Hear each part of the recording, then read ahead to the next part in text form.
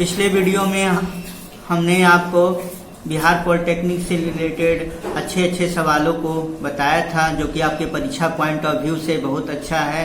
इसको आपको पढ़ने से क्वेश्चन आ सकता है और आपका सिलेक्शन भी हो सकता है। कुछ इसी प्रकार का इस वीडियो में भी हमने सवाल को लाया है, जो कि परीक्षा का बहुत कम दिन बचा हुआ है। शायद ये सब सवाल पढ़ करके आपको सब क्वेश्चन आ सके और आपका परीक्षा अच्छा जाए। तो इस बार हमने रसायन विज्ञान का क्वेश्चन लाया है, कुछ महत्वपूर्ण, इसको देखिए एक नजर।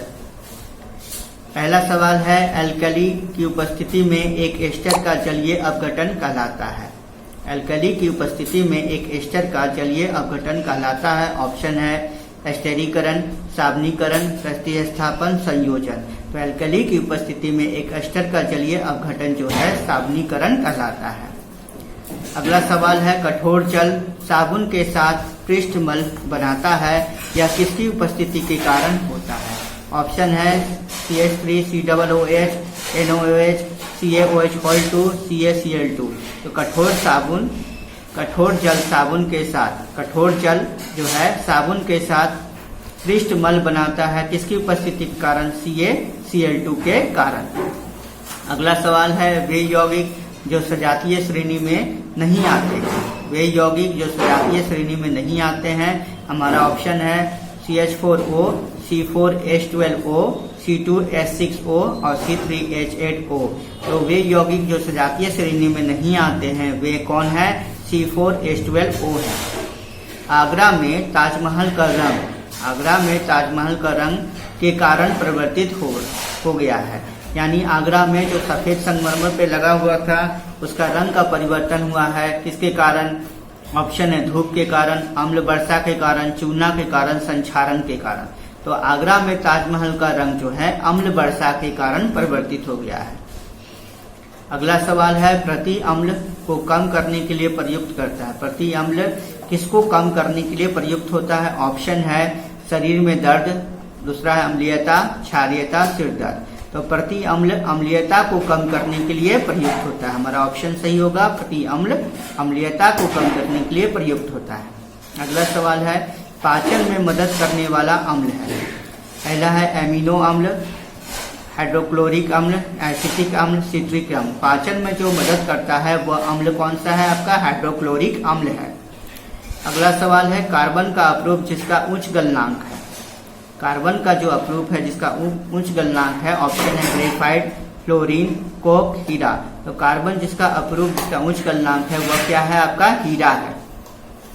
अगला सवाल है, वह यौगिक जो जलने पर एक धूमिल ज्वाला देता है, जो क्या देता है हमको? धूमिल ज्वाला देता है जब जलता है, तो वह क्या है? ऑप्शन है CH4, C3H8, C2H6, C2H4।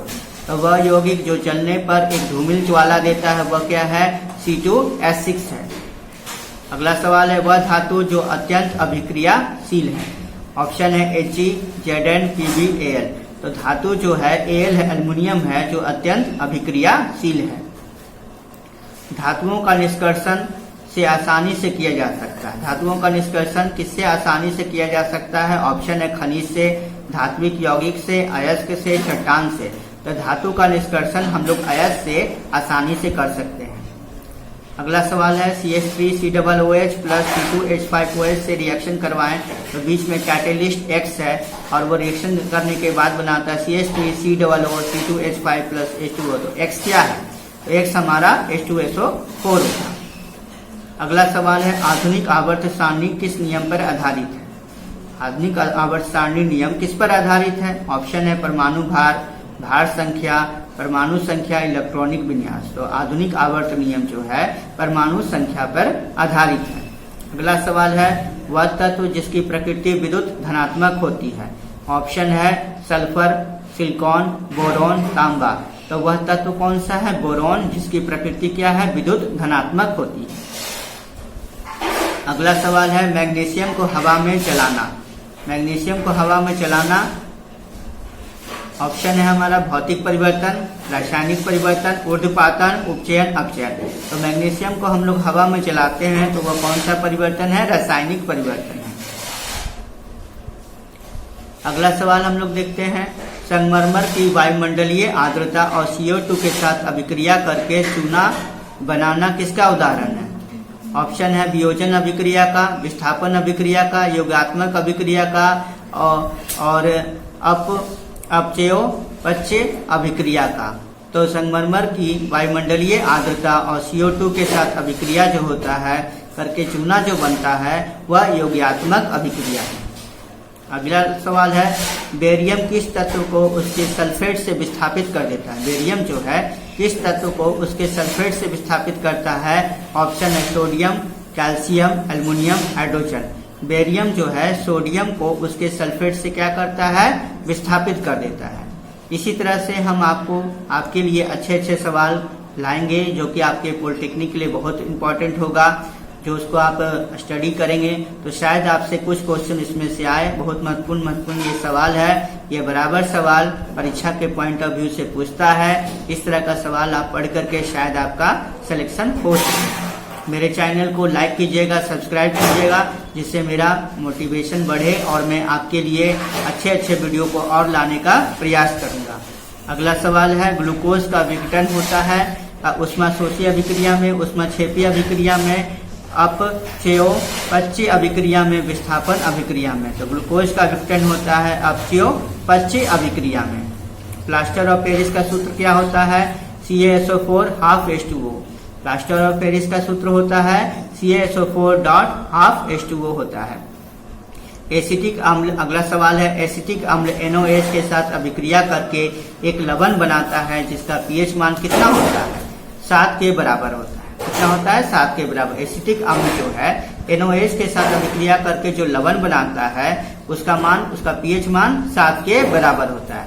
अगला सवाल है वह धातु जो अपने मूल अवस्था में नहीं पाई जाती है वह कौन सी है? वह धातु जो अपने मूल अवस्था में नहीं पाई जाती है वह कौन सा है? Fe है। अगला सवाल है एक परमाणु की N कक्षा में 7 इलेक्ट्रॉन है, उसके नाभिक में 18 न्यूट्रॉन है, तो द्रव्यमान की संख्या कितना हो जाएगी? तो द्रव्यमान की संख्या हमारी 43 हो जाएगी, 43 हो जाएगी। एक परमाणु की N कक्षा में 7 इलेक्ट्रॉन है तो इसके नाभिक में 18 न्यूट्रॉन रहेंगे तो द्रव्यमान की संख्या 43 हो जाएगी। स्कैंडियम Sc जिसका सूत्र है Sc संकेत सूत्र है 21 लिखते हैं हम लोग के बाह्य इलेक्ट्रॉन के लिए क्वांटम संख्याओं का मान कितना होगा? n बराबर 3 और n बराबर 2 होगा। अगला सवाल है निम्न में से कौन सा यौगिक अष्टक नियम का अनुपालन नहीं करता है? निम्न में से कौन सा यौगिक अष्टक नियम का अनुपालन नहीं करता? वह क्या है? PCl5 है। अगला सवाल है धातु के फॉस्फेट का सूत्र MPO4 है तो इसके नाइट्रेट का सूत्र कितना होगा? नाइट्रेट का सूत्र होता है MnO3 धातु के फॉस्फेट का सूत्र MPO4 है तो नाइट्रेट का सूत्र है MnO3 है। अगला सवाल है एक रेडियो धर्मी पदार्थ की अर्धआयु T½ 60 मिनट है। 3 घंटे के बाद इस पदार्थ का कितने प्रतिशत शेष रह जाता है? 12.5% इसका आंसर होगा। एक रेडियो धर्मी पदार्थ की अर्धआयु T½ कितना है? 60 मिनट है। 3 घंटे बाद इस पदार्थ का कितने प्रतिशत शेष रह जाएगा? तो वह है 12.5%। इसी तरह से बच्चों मैंने आपके पास सवाल लाया है, आप इस सवाल को जरूर स्टडी कीजिएगा और आपके पास समय बहुत कम है। इस सवाल का शायद कुछ क्वेश्चन आपको परीक्षा में पूछे और आपके लिए परीक्षा के लिए बहुत उपयोगी साबित होगा। इस वीडियो को आप जरूर से जरूर देखिएगा और मेरे चैनल को लाइक शेयर और सब्सक्राइब कीजिएगा। ओके बाय बच्चों।